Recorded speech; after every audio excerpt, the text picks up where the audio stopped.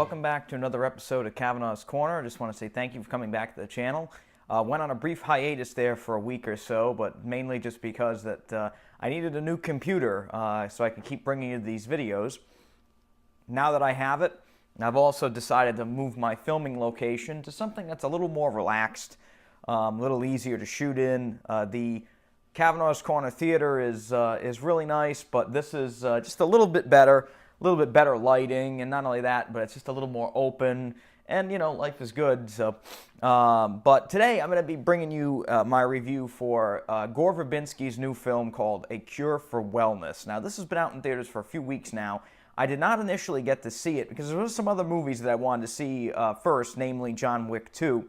But now that I got a chance to see it, my reaction to it is mainly, it was a pretty strange film. I mean, it's a psychological thriller about a man who works for this large conglomerate kind of company, and he is caught doing some things that are not so great in terms of like cooking the books, as they say. But he is sent to it's Switzerland actually. He's sent to Switzerland to basically bring back the CEO of this company to answer for the problems that have been going on. The CEO left a letter that basically is like a stark raving mad kind of letter. So he goes and actually brings this guy, tries to bring this guy back to the United States. And as the movie goes on, we learn that this health facility that the CEO is staying in is not what it seems. And there's some really dark undertones kind of going on that are happening at this health facility. It's a strange place. Everybody seems to really like it there. Nobody really wants to leave, but as the movie goes on, it gets more and more twisted. And that's kind of the entertainment of the movie, is seeing how screwed up the movie actually gets. So one thing I have to say about this movie is that it is a very original kind of movie. This is a movie that I haven't seen a movie like this in quite a while, I should say. Basically, it's a type of movie where you watch it once and you go, yeah, that was really weird, but I kind of want to see it again. I don't know if I'd enjoy it as much the second time around, or if I'd enjoyed it more now that I know what's going to happen. But I can tell you that it is a very long, slow movie. It is extremely long. The movie is a little over 2.5 hours long, but it is one of these movies that really, really just keeps going, and not always in a good way. And I enjoyed the way the movie ended. I think it had a very solid ending. The problem is, I think the movie went on for about an hour too long. It really just seems to just keep going. And it doesn't help that as the movie goes on, what's happening in the movie is slowly revealed, but there are also a lot of red herrings in the movie. And there are a lot of times where you think you know what's going on, but it's actually something else. And the final reveal at the end of the movie isn't the most satisfying thing I've seen on film. It's really one of those things where I felt kind of like, oh yeah, I kind of thought that was happening, but no, I guess it is actually happening. I kind of guessed it, sadly.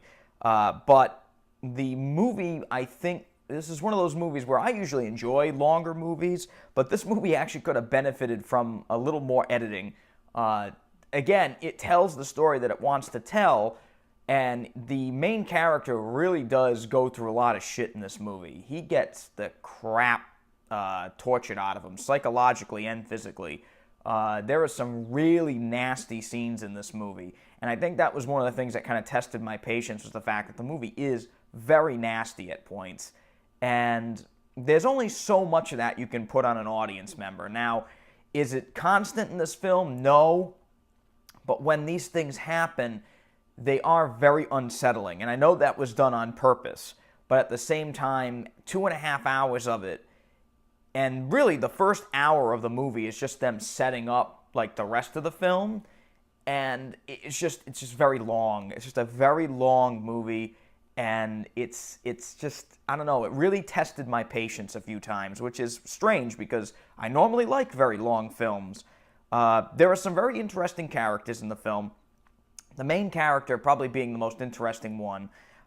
There's another female character that's revealed about probably say about quarter of the way through the movie. You get to know her a little more as the film goes on. She is actually my favorite character in the film. I cannot remember the actress's name off the top of my head, but she's actually Shia LaBeouf's wife. Kind of interesting. But she is a good actress. I've seen her in a few other films. But she is, to me, the most interesting part in the movie because you really don't know what the hell is going on with their character until basically the end of the movie. And I thought that was kind of interesting. But the movie does end up becoming a chore after a while. It just keeps going on and on and on. Like I said, the ending is kind of predictable.